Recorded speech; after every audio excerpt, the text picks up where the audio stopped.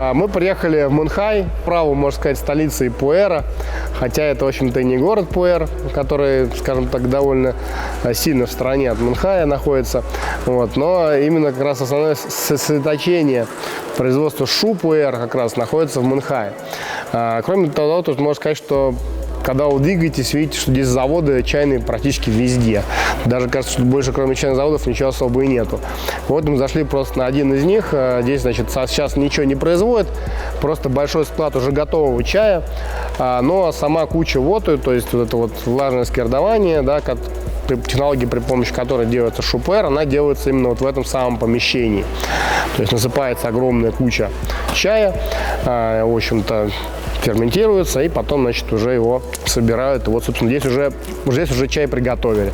Надо сказать, что здесь масштабный такой подход к складированию чая, и так как Пуэр, в общем-то, из года в год становится только лучше, по крайней мере, уж точно не хуже, то здесь никто не переживает на тему сохранности, то есть лежит такими огромными кучами. Но здесь такой, надо сказать, самый дешевый, ходовой, обычный рассыпной шу с таким большим количеством черенков там, и так далее. Я думаю, идет для производства дешевого Пуэр в блинах или каких-нибудь точей.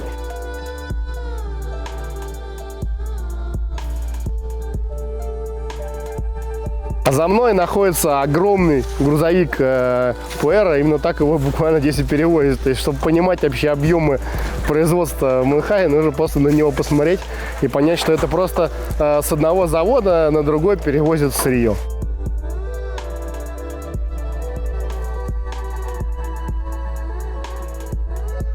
Вот это растение называется Ешен Шоху, то есть дикорастущий такой вот цветок.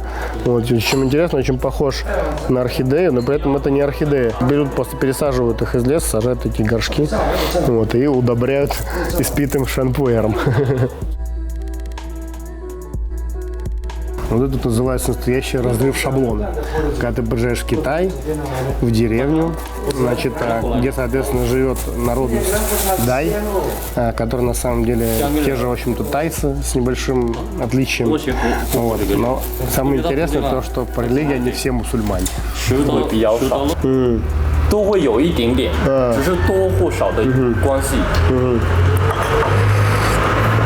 Он рассказывает то, о чем мы уже говорили, о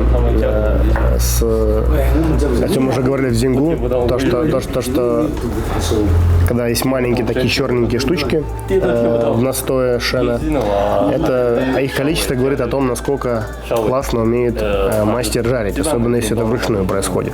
Вот. То есть в идеале их не должно быть вообще. Вот. То есть, например, чай, который мы до этого пили в Зингу, там их не было вообще, а здесь они все-таки немножко есть. Говорит о том, что там был мастер все-таки поопытней.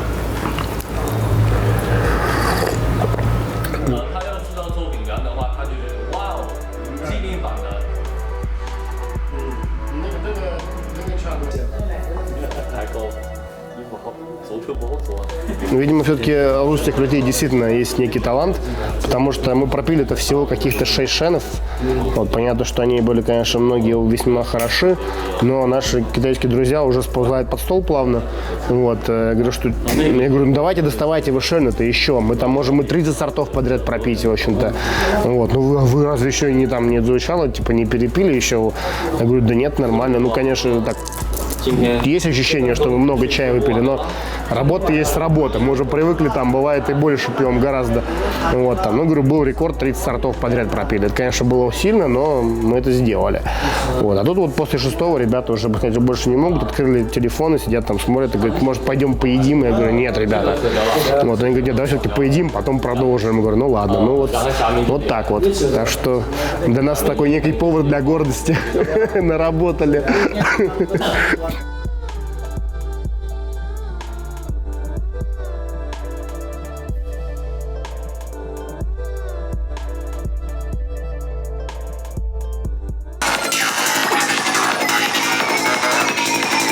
Вообще труд.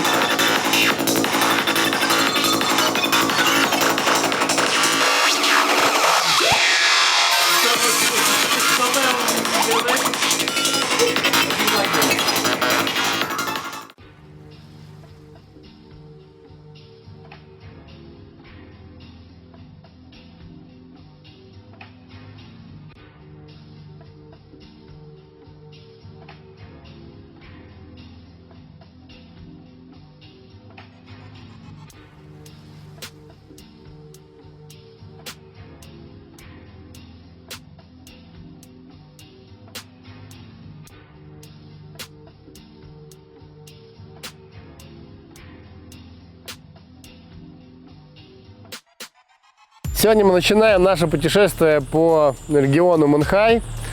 Приехали на гору, которая называется Буланшань, гора Булан. Соответственно, здесь живет народность Булан.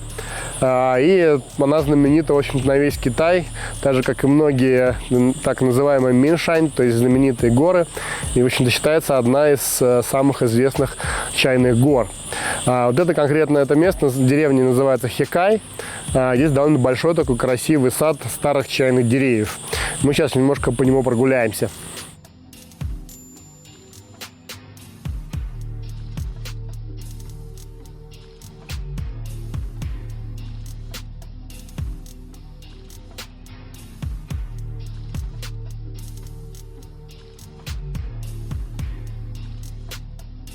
Практически в каждой деревне здесь обязательно есть такое вот дерево, которое называется Ихао, типа номер 1, то есть самое большое. Здесь прям висит табличка Хэкай Ихао, то есть это, в общем-то, первое и самое большое чайное дерево в деревне Хэкай. Вот, обязательно возле него такая стоит оградка, и все, кто сюда приезжают, обязательно к нему подходят сфотографироваться, что вот оно, то самое. Вообще такая забавная место традиция, то есть тут открываешь любую книжку о пуэре местном или любую книжку, связанную с чаем, обязательно почти 90% фотографий внутри это кто-нибудь, стоящий около чайного дерева. В общем-то, другого тут ничего особо снять нельзя, ну разве что может быть то, как делают чай.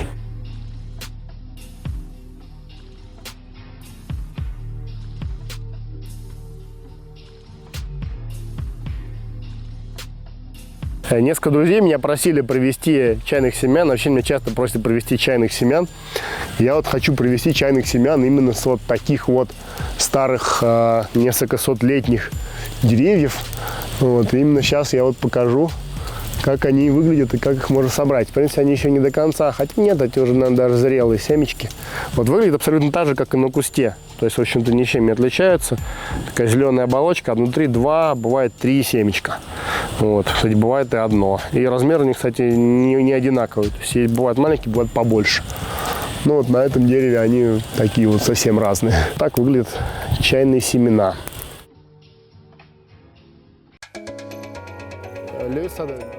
红色的，为什么？你说的是老它是变异，老可以喝。我们可以拜这个，你知道做这个事情。回头我们去景迈。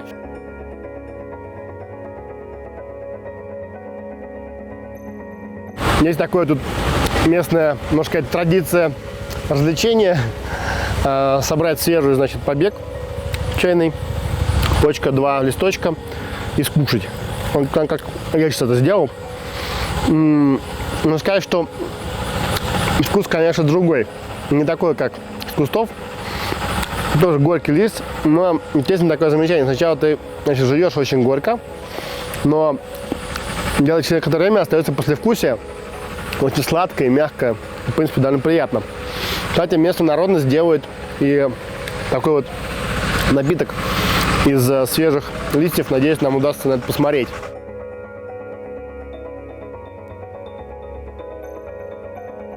Интересно такое наблюдение. Наверное, многие обращали внимание, кто пил хороший качественный шен с деревьев, что бывают очень длинные черенки.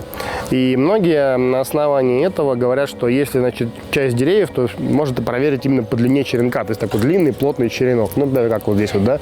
Даже не сказать, что очень длинный, но такой плотненький, по крайней мере. А бывает еще длиннее. Например, вот как здесь вот. Видите, вообще длинные, да? И часто собирают специально вот именно так, чтобы потом доказать, что это чай именно с деревьев, а не с кустиков.